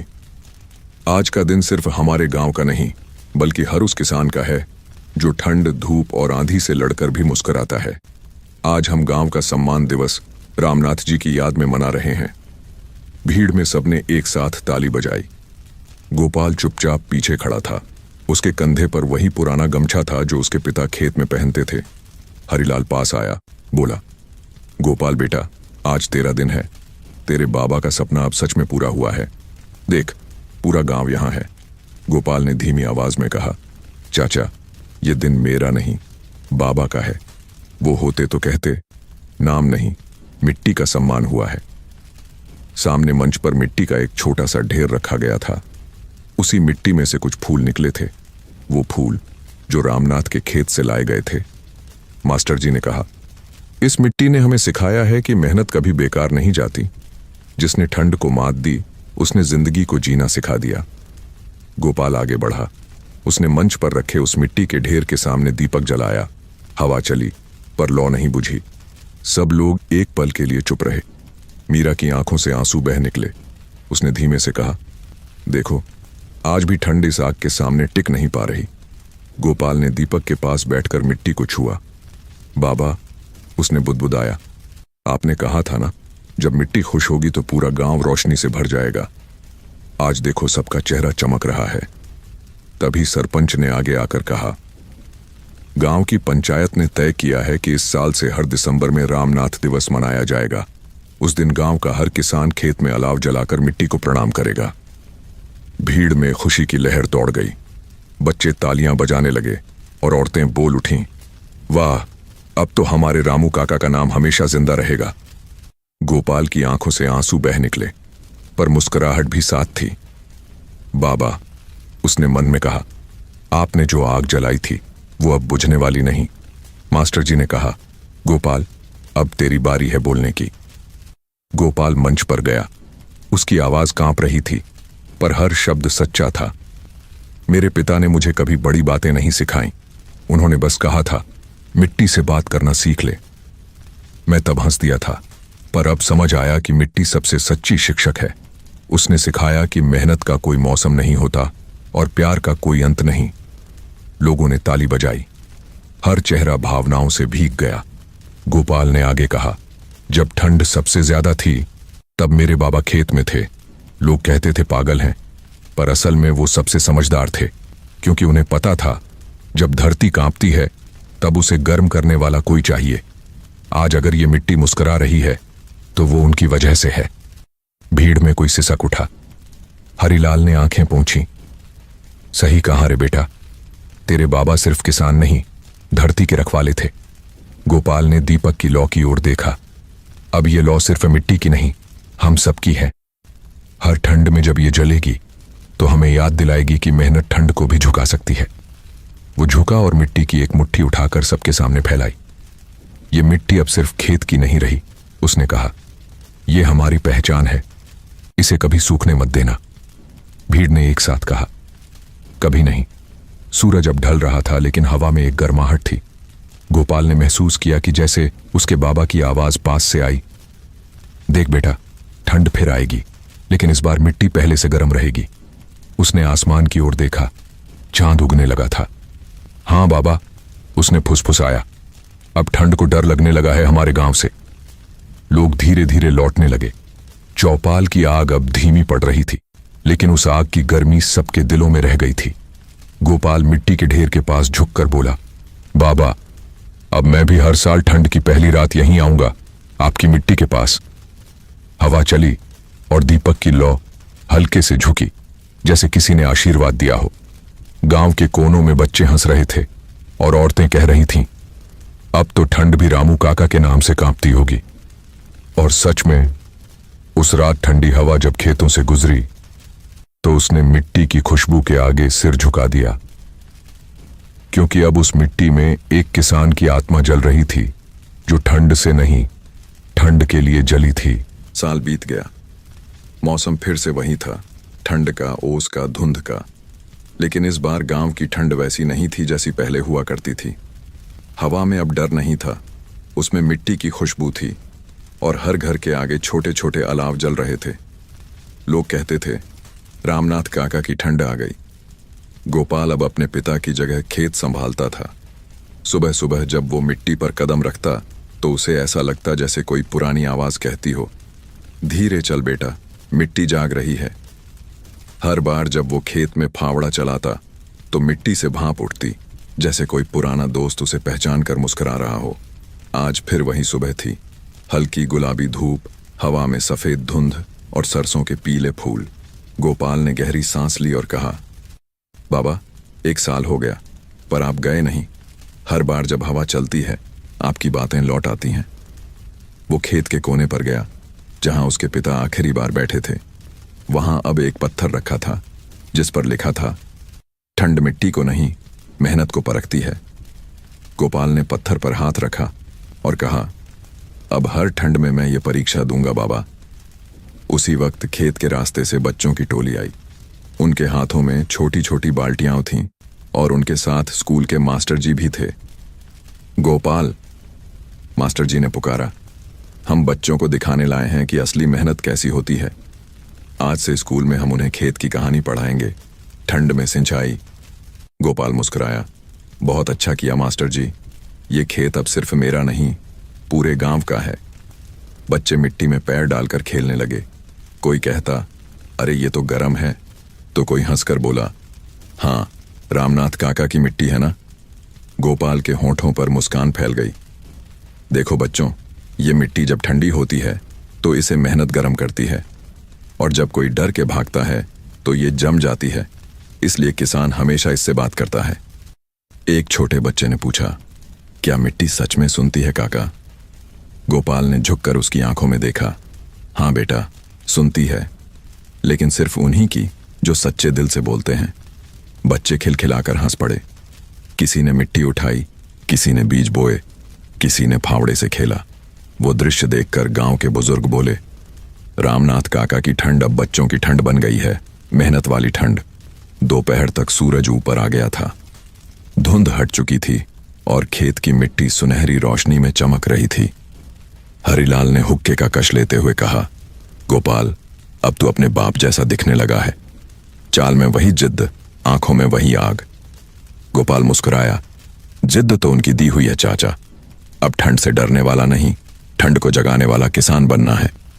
शाम हुई तो गांव के बच्चे फिर इकट्ठे हुए। सबने मिलकर रामनाथ काका के खेत के बीच एक अलाव जलाया। मीरा भी आई, उसकी आंखों में गर्व था। उसने कहा, तुम्हारे बाबा कहाँ करते थे, जब तक इस खेत से धुआं उठता रहेगा मैं जिंदा रहूंगा। आज देखो धुआं फिर उठ रहा है। गोपाल ने आकाश की ओर देखा, तारे चमक रहे थे जैसे कोई ऊपर से देख रहा हो। उसने कहा, बाबा, ठंड फिर लौट आई है, लेकिन इस बार हमारे पास आपकी यादों की आग है। हर बच्चा, हर आदमी उस अलाव के पास बैठा था। कोई गुड़ बांट रहा था, कोई मूंगफली सेंक रहा था, और सब एक ही बात कह रहे थे, इस साल ठंड जरूर आएगी, लेकिन अब खेत नहीं जमेंगे। गोपाल ने हाथ फैलाए, आग की लपटों की गर्मी को महसूस किया और बोला, यह अलाव सिर्फ ठंड भगाने के लिए नहीं है, यह बाबा के वादे की याद है। जब भी ठंड बढ़ेगी हम मेहनत की आग जलाएंगे। मीरा ने कहा, बेटा, तेरे बाबा को अब सुकून मिला होगा। गोपाल ने मुस्कुराते हुए कहा, हाँ मां, क्योंकि अब यह खेत अकेला नहीं है, पूरा गांव इसका रखवाला बन गया है। हवा चली और अलाव की राख उड़कर खेतों में बिखर गई। गोपाल ने देखा, दूर तक सरसों के पौधे झूम रहे थे, जैसे बाबा कह रहे हों, ठंड फिर आई है, लेकिन मेरी मिट्टी अब तैयार है। रात गहराई, पर हवा में अब ठंड नहीं थी, उसमें आग की महक थी, मिट्टी की गर्मी थी और एक बूढ़े किसान की मेहनत का इतिहास। और जब आखिरी चिंगारी हवा में उठी तो उसने आसमान की ओर जाते हुए जैसे ये संदेश लिखा, जिसने मिट्टी से दोस्ती की उसे मौसम कभी हरा नहीं सकता। सुबह की धूप फिर उसी पुराने खेत पर उतरी थी, जहां कभी ठंड के थपेड़ों से मिट्टी जम जाती थी, लेकिन अब वहां हरियाली थी, हल्की गर्म हवा थी और एक अजीब सी अपनापन भरी महक थी, जैसे इस जमीन ने ठंड को पहचान लिया हो और उसे दोस्ती कर ली हो। गोपाल खेत में पहुंचा तो उसके साथ उसका 8 साल का बेटा मनु भी था। मनु की आंखों में वही चमक थी जो कभी रामनाथ की आंखों में थी। मिट्टी को देखने का वो प्यार, सरसों की खुशबू को महसूस करने का वही सुकून। बाबा, मनु बोला, ये वही खेत है ना जहां पर परदादा ने ठंड से लड़ाई की थी? गोपाल ने मुस्कुराकर सिर हिलाया, हाँ बेटा, यही वही खेत है, यही मिट्टी है जिसने ठंड को झुकाया था। तेरे परदादा कहते थे, जिसने मेहनत की आग जलाई उसे कोई मौसम नहीं जला सकता। मनु मिट्टी में झुक गया। उसने मुट्ठी भर मिट्टी उठाई, सूंघी और बोला, इसकी खुशबू तो घर जैसी है। गोपाल हंस पड़ा, क्योंकि बेटा, यही हमारा असली घर है। दीवारें सिर्फ सिर पर छत देती हैं, पर मिट्टी पूरे जीवन को सहारा देती है। दोनों खेत के बीच पहुंचे। हवा में सरसों के फूलों की हल्की गंध थी। दूर मंदिर की घंटी बजी और नहर से पानी की आवाज आई, सर्रर सर्रर। गोपाल ने मिट्टी को छुआ और कहा, देख बेटा, अब खेत खुद बोलता है। जब ये आवाज आती है ना, तो समझ लेना कि धरती खुश है। मनु ने पूछा, बाबा, क्या परदादा सच में मिट्टी से बात करते थे?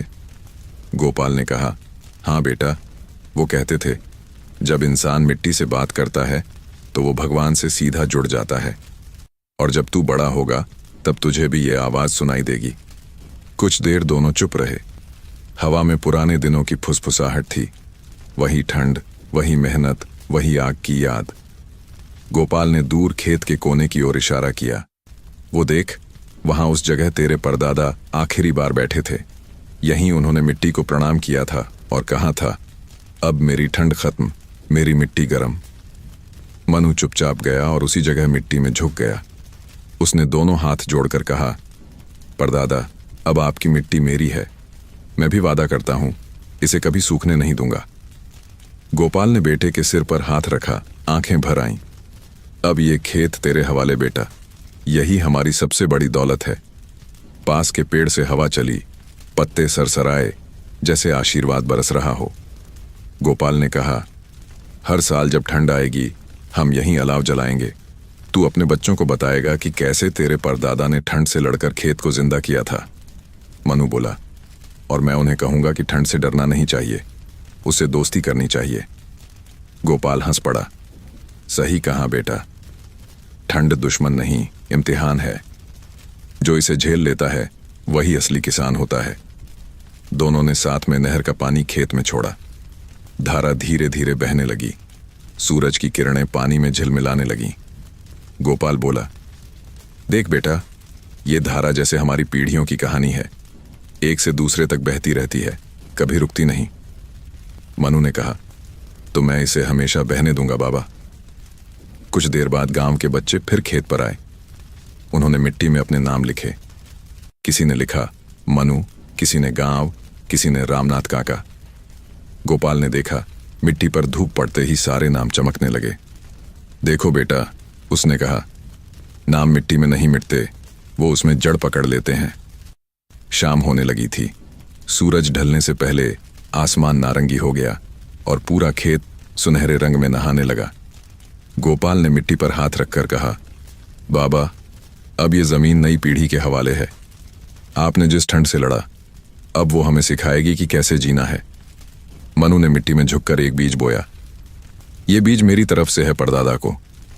गोपाल ने कहा, और जब ये उगेगा बेटा, तो समझ लेना कि तेरे परदादा ने जवाब दिया है। हवा चली, सरसों के फूल झूमे और आसमान में पक्षियों का झुंड लौट गया। गोपाल ने मिट्टी की ओर देखा और मन ही मन कहा, बाबा, आपने सिर्फ ठंड से नहीं, वक़्त से भी जीत ली। मनु ने हाथ पकड़कर कहा, चलो बाबा, माँ बुला रही होगी। गोपाल मुस्कुराया, चल बेटा, आज खेत को नींद आने दो, कल फिर इसे हमारी सांसों की जरूरत होगी। दोनों धीरे धीरे घर की ओर चले। पीछे खेत में हवा हिल रही थी, सरसों की फसल लहर रही थी और मिट्टी की खुशबू में एक अनकही दुआ घुली हुई थी। जिसने मुझे पसीने से सींचा, वो मेरी हर ठंड में जिंदा रहेगा। उस रात गांव में हल्की ठंड फिर लौट आई थी। हवा में पुरानी सर्दियों की सी चुभन थी, लेकिन इस बार किसी को डर नहीं था। हर घर के आगे अलाव जल रहा था। बच्चे उसकी आग के चारों ओर खेल रहे थे और हवा में गुड़ और मूंगफली की खुशबू घुली हुई थी। आसमान साफ था, तारे जैसे धरती को निहार रहे थे। गोपाल घर के आंगन में बैठा था। पास में मनु ऊँग रहा था। अलाव की लपटें उसके चेहरे पर पड़ रही थीं और वो हर बार आग बढ़ाते हुए कहता, बाबा देखो, अब ये ठंड भी हमें सलाम करती है। गोपाल मुस्कुराया। उसने बेटे के सिर पर हाथ रखा। हाँ बेटा, ये आग हमारी मेहनत की पहचान है। जब तक ये जलेगी, ठंड कभी हमें नहीं जीत पाएगी। रात के उस सन्नाटे में अचानक हवा चली। अलाव की लपटें ऊंची हो गईं। गोपाल ने ऊपर आसमान की ओर देखा। उसे ऐसा लगा जैसे तारों के बीच कहीं उसके पिता खड़े हैं। वही पुरानी मुस्कान, वही झुर्रियों में छिपा सुकून। उसने धीरे से कहा, बाबा, अब आपका खेत फिर से हंसने लगा है। एक पल के लिए हवा थम गई। फिर जैसे किसी ने जवाब दिया हो, क्योंकि तुमने उसे दिल से सींचा है बेटा। गोपाल की आंखें भर आईं। वो उठा, मिट्टी के कोने से एक मुट्ठी उठाई और आग के पास रख दी। अब ये मिट्टी गर्म रहेगी, चाहे कितनी भी ठंड क्यों ना आए। उसी वक्त मनु उठ गया। उसकी नींद खुली और उसने पूछा, बाबा, आप मिट्टी से बात कर रहे थे क्या? गोपाल हंस पड़ा। हाँ बेटा, जब मिट्टी में अपने लोग बस जाएं तो उसे बात करना आसान हो जाता है। मनु ने भी मिट्टी उठाई, उसे दिल से लगाया और बोला, परदादा को शुभ रात्रि। गोपाल का दिल भर आया। उसने बेटे को गले लगाया और बोला, बेटा, जब तू बड़ा होगा ना, तो तू भी इस खेत से बात करेगा, और जब ठंड आएगी तो तेरा बेटा भी ये आग जलाएगा। मनु बोला, और तब परदादा ऊपर से हंसेंगे, है ना बाबा? गोपाल ने कहा, हाँ बेटा, मिट्टी में जो सोते हैं वो हंसना नहीं भूलते।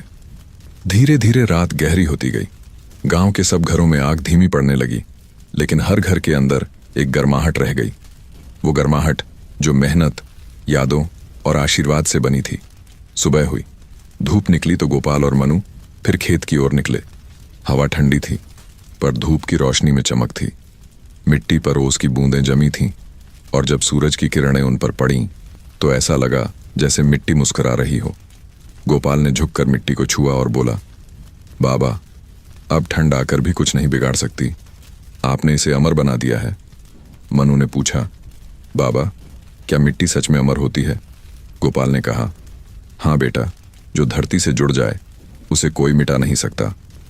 दूर मंदिर की घंटी बजी, खेतों के ऊपर से हवा चली और सरसों के फूल झूमने लगे, जैसे कोई अदृश्य आत्मा उन्हें थामे नाच रही हो। गोपाल ने आसमान की ओर देखा। सूरज की पहली किरण उसके चेहरे पर पड़ी। वो बोला, अब ये खेत सिर्फ फसल नहीं देगा, ये विश्वास देगा कि ठंड भी झुकी जा सकती है अगर इरादा गर्म हो। मनु ने मिट्टी में हाथ डाला। एक छोटी सी ओस की बूंद हथेली में आई। उसने कहा, बाबा देखो, ये बूंद तो चमक रही है। गोपाल ने कहा, ये तेरे परदादा का आशीर्वाद है बेटा, जो हर सुबह ओस बनकर लौट आता है। दोनों ने साथ में खेत में काम शुरू किया। फावड़ा मिट्टी में उतरा और मिट्टी ने वहीं जाना पहचाना सुर निकाला, खर्र खर्र, जैसे कोई पुरानी कहानी फिर दोहराई जा रही हो। गांव के दूसरे किसान भी खेतों में उतर गए। हर कोई मिट्टी को छूता, सूरज की ओर देखता और मुस्कुराता। किसी ने कहा, अब ठंड डरती है हमारे गांव से। किसी ने कहा, रामनाथ काका अब देवता बन गए हैं, उनके खेत से अब भी गर्मी निकलती है। गोपाल ने मनु की ओर देखा, सुन बेटा, ये बातें याद रखना, ये खेत हमारा मंदिर है और मेहनत हमारी पूजा। मनु ने सिर हिलाया, हाँ बाबा, मैं हर साल ठंड की पूजा करूंगा, मिट्टी को छूकर, परदादा को याद करके। गोपाल की आंखें नम हो गईं। बस इतना ही काफी है बेटा, यही असली आशीर्वाद है, जब अगली पीढ़ी मिट्टी से रिश्ता नहीं तोड़ती। हवा फिर चली, खेत में पत्ते हिले, सरसों के फूल झूमे। गोपाल ने आसमान की ओर देखा, मुस्कुराया और कहा, बाबा आपने कहा था ना, मेहनत करने वाले कभी ठंडे नहीं पड़ते। देखो अब पूरा गांव गर्म है। उस पल सूरज पूरी तरह उगाया। खेत सुनहरी रोशनी में डूब गया। गोपाल ने मिट्टी में झुककर प्रणाम किया। मनु ने भी वैसा ही किया और हवा में जैसे कोई आवाज गूंजी, धरती का आशीर्वाद मिल गया है बेटा, अब ठंड सिर्फ कहानी रह गई है। आकाश में पक्षियों का झुंड उड़ता गया। गांव फिर से जाग उठा और उसी मिट्टी के बीच मेहनत की खुशबू ने एक नया मौसम जन्म दिया। वो मौसम जहां ठंड नहीं, बस गर्म दिलों की कहानियां थीं। अगर आप अभी तक इस वीडियो के साथ जुड़े हुए हैं तो इसका मतलब है कि आपको यह सच में पसंद आया। तो इसे अपने दोस्तों और परिवार वालों के साथ जरूर शेयर कीजिए, ताकि और लोग भी इन कहानियों की मदद से सुकून भरी नींद पा सकें। वीडियो के अंत में कुछ खाली हिस्सा है, लेकिन उसे छोड़कर वीडियो बंद मत कीजिए। जब दर्शक बीच में ही वीडियो बंद कर देते हैं तो YouTube को लगता है कि हमारी वीडियो बेकार है और YouTube हमारे वीडियो को नए लोगों तक भेजना बंद कर देता है, जिससे मेरा और मेरी टीम का मनोबल कम होता है। और जब हमारी वीडियो अच्छी परफॉर्म करती है तो हमें मोटिवेशन मिलता है आपके लिए अच्छी और सुकून भरी कहानियां लाने का। आप हमारे वीडियो को ज्यादा लोगों तक पहुंचाने में योगदान दे सकते हैं। अपने मोबाइल का वॉल्यूम थोड़ा कम कर दीजिए, फोन साइड में रख दीजिए, आंखें बंद कीजिए, लंबी गहरी सांस लीजिए और इस वीडियो के साथ आराम से सो जाइए। शुभ रात्रि।